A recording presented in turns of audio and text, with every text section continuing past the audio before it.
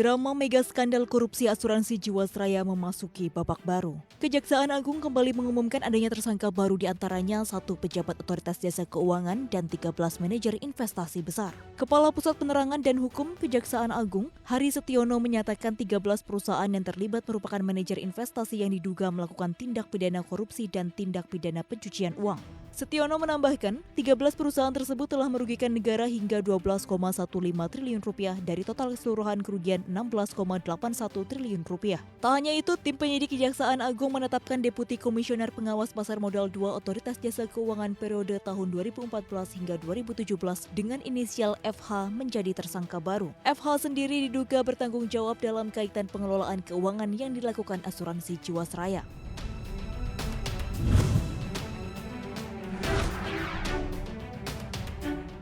Dana Moneter Internasional atau IMF kembali memangkas proyeksi ekonomi global untuk tahun 2020 dan 2021.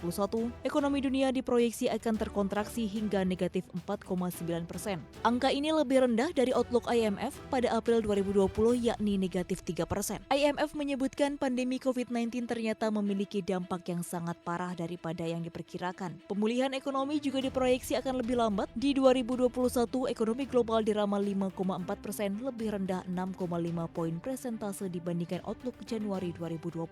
IMF memperingatkan bahwa proyeksi tersebut masih dipenuhi ketidakpastian karena kegiatan ekonomi tergantung pada waktu pandemi, aturan jaga jarak, perubahan rantai pasokan global, dan dinamika pasar tenaga kerja.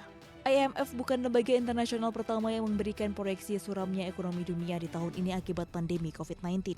Sebelumnya, Organisasi untuk Kerjasama dan Pembangunan Ekonomi atau OECD memprediksi ekonomi global akan terkontraksi setidaknya 6%.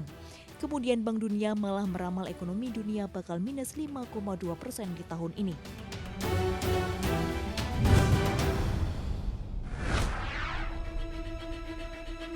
Beban keuangan perusahaan listrik negara alias PLN kian tertekan akibat pandemi COVID-19. PLN harus putar otak menyelamatkan dompet perusahaan plat merah ini. Salah satu cara yang ditempuh perseroan bersultan Zulkifli Zaini ini adalah menagih piutang kepada pemerintah. 48,4 triliun rupiah adalah utang pemerintah kepada PLN, yang terdiri dari 45,4 triliun rupiah kompensasi listrik dan 3 triliun rupiah tambahan subsidi dari kebijakan diskon tarif rumah tangga. Dalam laporan keuangan PLN, pemerintah bukan hanya saling berutang. Sebelumnya tahun 2018, tercatat pemerintah pernah memiliki piutang sebanyak 7,4 triliun rupiah. Dirut PLN menyatakan dengan masuknya dana itu, maka operasional perusahaan listrik plat merah ini akan tetap aman sampai akhir 2020.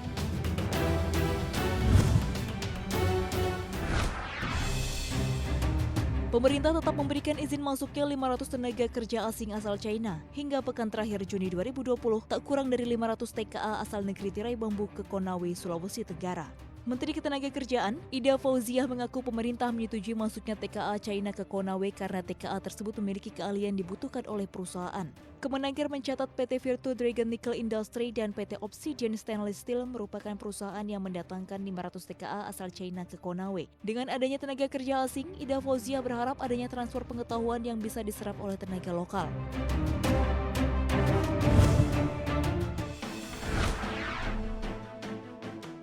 Pandemi COVID-19 membuat nafas maskapai penerbangan kembang kempis. Satu lagi maskapai yang harus terhantam corona dalam upaya bertahan akibat pandemi corona, maskapai Australia Qantas. Maskapai Australia Qantas memangkas sedikitnya 20% karyawannya sembari meningkatkan ekuitas hingga 1,3 miliar dolar AS. Sedikitnya 6.000 karyawan akan di-PHK, sementara 15.000 lainnya akan cuti sementara. Selain kebijakan tersebut, Qantas juga akan mengistirahatkan 100 unit pesawat selama 12 bulan. Hal ini mengikuti kebijakan otoritas penerbangan internasional akibat menurunnya lalu lintas udara semenjak pandemi COVID-19. Selain meningkatkan ekuitas yang terjadi dalam jangka 1 dekade terakhir, upaya pemangkasan karyawan dan mengandengkan pesawat diperkirakan mampu menghemat keuangan perusahaan hingga 15 miliar dolar Australia.